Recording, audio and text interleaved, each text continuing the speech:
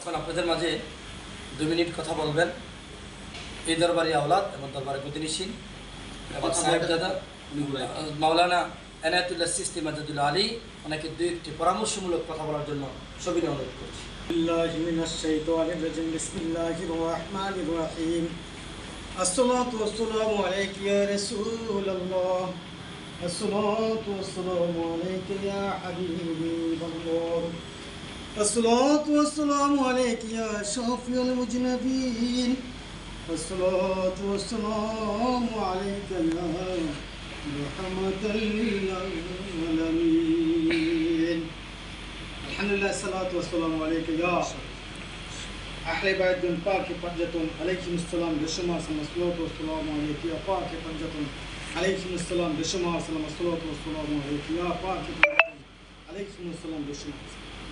আলহামদুলিল্লাহ আজকে যে শাহপুর দরবার শরীফের উদ্দেশ্যে অক্লান্ত পরিশ্রম করে বিভিন্ন দরবার শরীফ থেকে পবিত্র 26-এর যে আমাদের মার্চ ফর গাজা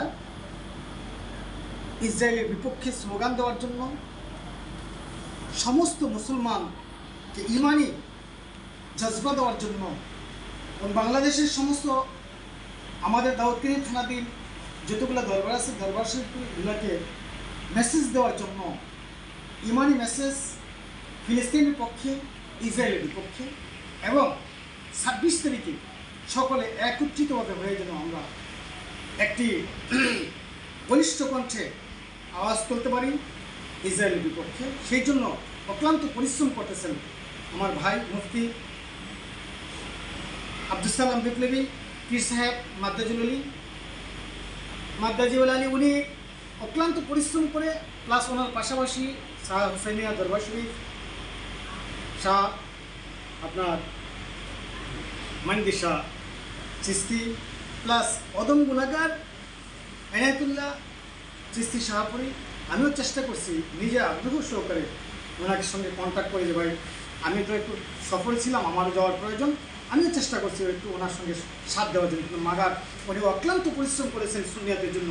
আলহামদুলিল্লাহ সকলে বলে আমি আজকে আমাদের দরবার শরীফে এসছেন একই দাওয়াতের কাজ নিয়ে, একই কাজ নিয়ে আমাদের দরবার শরীফে আসছেন সেই মেসেজটা জানিয়ে দেওয়ার জন্য, আমাদেরকে বলার জন্য সমস্ত বাংলাদেশের সুন্নিয়াতের আহলে সুন্নাতুল জামাতের এবং সুন্নিয়াতের যতগুলো দরবার শরীফ আছে সমস্ত দরবার শরীফগুলোকে এই লাইভের মাধ্যমে জানিয়ে দেওয়ার জন্য, দাওয়াত দেওয়ার জন্য আমি দাউদকান্দি হাসনাবাদ কামেলপাড়া শাহপুরি শাহউলিয়া মাওলানা গোলাম মোল্লা শাহপুরি শাহউলিয়ার প্রথম সন্তান হিসেবে আমি একটা মেসেজ দিতে চাই। সেই মেসেজটা হলো আমাদের দরবার শরীফ থেকে সারা বাংলাদেশের সমস্ত আহলে সুন্নাতুল জামাত এবং নবী প্রেমিক আশিক রাসূল পাক পাঞ্জাতনের প্রেমিক মাওলানা কায়নাতের প্রেমিক এবং যাহারা আল্লাহ তাআলা রাসূলকে ভালোবাসেন সকলকে আমি দাওয়াত দিতে চাই। অবশ্যই আমরা মার্চ ফর গাজা ঢাকায় ঢাকায় চলো রে 26 তারিখে আমরা সকলেই ঢাকায় ইনশাআল্লাহ যাব। এই দাওয়াতটুকু আমি সকলকে দিলাম আমাদের দরবার শরীফের পক্ষ থেকে। যাক, আমার আরও কিছু কথা আছে যে কথাগুলো না বললে নয়। আমরা প্রায় সময় ফেসবুক অথবা ইউটিউব ঘাটাঘাটি করলে দেখতে পাই একজন আলেম আরেকজন আলেমকে বকাবকি করতে থাকে। এটা রাসূল পাক সাল্লাল্লাহু আলাইহি ওয়াসাল্লাম বলেছেন এমন এক সময় আসবেন আলেমরা কী করবে, মারামারি করবে, কাটাকাটি করবে, ফিতনা ফাসাদে জড়িয়ে পড়বে। তা আমরা সেই কিয়ামতের আলামতের একটা আলামত সেটা আমরা দেখতে পাই, এক আলেম আরেক আলেমকে জুতা মারা, আরেক আলেম আরেক আলেমকে জুতা মারা। আসলে যে আলেম হয়েছেন, যে জ্ঞানী হয়েছেন, কেউ কখনো কাউকে জুতা মারবেন না, বকা দিবেন না। প্লাস একজন আলেম যদি হয়ে থাকেন, তার মধ্যে যদি আশিক রাসূলের প্রেম থাকে, যদি কোরআনের আলেম থাকে এবং আল্লাহ রাসূলের প্রেম থাকে, সে অবশ্যই কাউকে বেজ্জতি করবেন না। একটা মুসলমান আরেকটা মুসলমান অন্যায় করলে, অপরাধ করলে, ভুল করলে কাজগুলো বুঝায় দেওয়া, সংশোধন করে দেওয়া। এর বর্তমানে ইন্টারনেটের জমানায় ইন্টারনেটে এসে বিভিন্ন মাওলানাদেরকে, বিভিন্ন পীর সাহেবদেরকে বিভিন্নভাবে অপমান অপদস্থ করা হচ্ছে। সেটা অবশ্যই ইসলাম স্বীকৃতি দেয় না, হাদিস স্বীকৃতি দেয় না, আল্লাহ রাসূল কখনো সেটা বলে। আজকে আমি কখনো ফেসবুকে ঢুকি না, আজকে না কালকে ফেসবুকে ঢুকলাম, এই যে কি জানি একটা বক্তা, তার নাম নিয়ে তো আমার ঘৃণা করে, এই যে কি জানি কয় জায়গায় কথা বলে, কি জানি কুষ্টিয়া আমির হামজা কি হামজা আমি তার কথাও শুনি না। বেয়াদব পদপদ, তার কথা আমি শুনি না, এটা বেয়াদব। এটা দেখবেন, আমি একটা কথা বলে রাখি, আগাম লিখে রাখেন, শাহপুরী দরবার শরীফ কি জিনিস সেটা জানবেন। সে মরার সময় তা দেখবেন মুখটা বেঁকা হয়ে মারা যায়। লিখেন, 2 কলম লিখে রাখেন, যদি তওবা করে ইস্তেগফার করে আল্লাহ পাকের দরবারে, তাহলে সে হয়তো মাপ পেয়ে যেতে পারে, না হয় সে মাপ পাবে। কারণ তার কাজই হলো গিয়ে আল্লাহর ওলিদেরকে ব্যঙ্গ করা, তার কাজই হলো গিয়ে মাওলানাদেরকে ব্যঙ্গ করা। তার মধ্যে এলেম কিন্তু চাইতে একটু এলেমে নেই, কিন্তু তারা গুচ্ছিও এলেম। তারা একটা কৌম আছে, একটা সমাজ আছে, একটা কৌম আছে, সেই কৌমগুলো নিয়ে তারা একটিভাবে কোনোভাবে তারা কী করে, তাদের কৌম তাদেরকে দাওয়াত করে। আসলে তাদেরকে সর্বজনীন দাওয়াত তারা কখনো পাবে।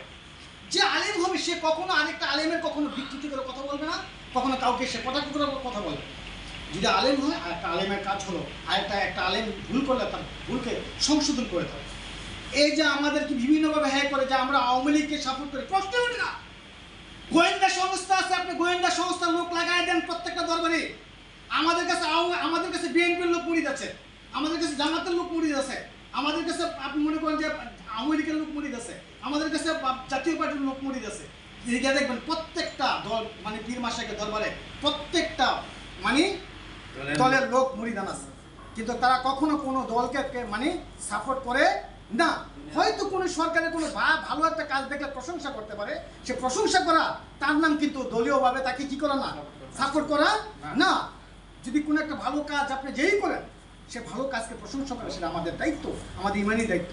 এর জন্য কোনো দল করে না। কোনো আল্লাহওয়ালা ব্যক্তি যারা, তাদের কোনো দল নাই, তাদের সমস্ত পৃথিবীর সকলেই তাদের, কেউ তাদের কাছে আলাদা নয়।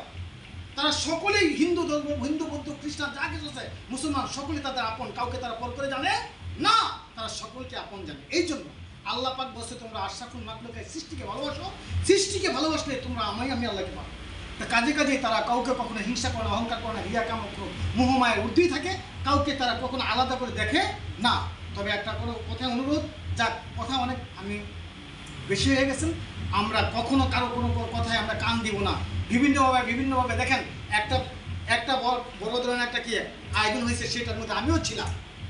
হয়তো আপনারা দেখেন ভালো করে যদি গাড়াগাড়ি করে আমাকে, আমিও সেই প্রোগ্রামে ছিলাম, সেই প্রোগ্রামের মধ্যে আমিও ছিলাম ঢাকাতে।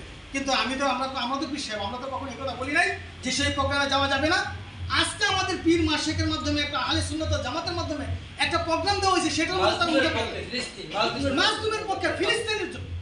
আমরা সকলে মিললাম, মানে আমাদের কোনো নিজের টাকা পয়সা অর্থ সম্পদ সবকিছু ব্যয় করে, এই যে আমি আমার নিজের চোখে দেখা যে আব্দুল সালাম বিপ্লবী সাহেব নিজের অর্থ, নিজের গাড়ি, নিজের সবকিছু শ্রম দিয়া আমাদের দরবার শরীফে আসছে। ওনাকে তো আমি বলি না 4 টাকা দিয়ে, আমাদের কারো মামলা নাই, সরকারি কোনো মামলা নাই, বলি না দরবার শরীফ, আপনি আমার দরবার শরীফে আসুন, আপনি লাইভ করুন, আমি টাকা দিই।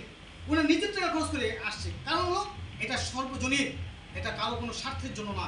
তো আমরা সকলেই চেষ্টা করবো ইনশাল্লাহ, আমরা কোনো ফিতনা ফাসাদে না জড়াইয়া, মারামারি কাটাকাটির মধ্যে না থেকে, আমরা একে অপরকে ভাই জানি না, কেউ সুন্নি, কে আহলে হাদিস, কে মনে সালাফি, সেইগুলো আমাদের রাসূল পাক সাল্লাল্লাহু আলাইহি ওয়াসাল্লাম তালাশ করবেন না, আল্লাহ পাক তালাশ করবেন না। আল্লাহ তালাশ করবেন তার ইমানি শক্তি, তার ইমানি জজবা।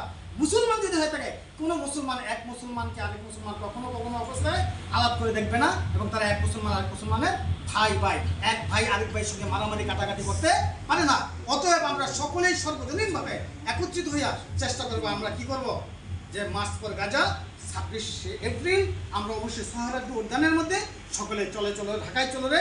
নারে তাকবীর, আল্লাহু আকবার, নারে রিসালাত ইয়া রাসূলুল্লাহ, নারে গাউসিয়া ইয়া গাউসুল আযম, নারে আউলিয়া ইয়া আউলিয়া পাক সাল্লাল্লাহু আলাইহি, নারে হায়দারি ইয়া আলী, ইয়া আলী মুশকিল কুশা, লা ইলাহা ইল্লাল্লাহ মুহাম্মাদুর রাসূলুল্লাহ সাল্লাল্লাহু আলাইহি ওয়া সাল্লাম। আসসালামু আলাইকুম ওয়া রাহমাতুল্লাহ।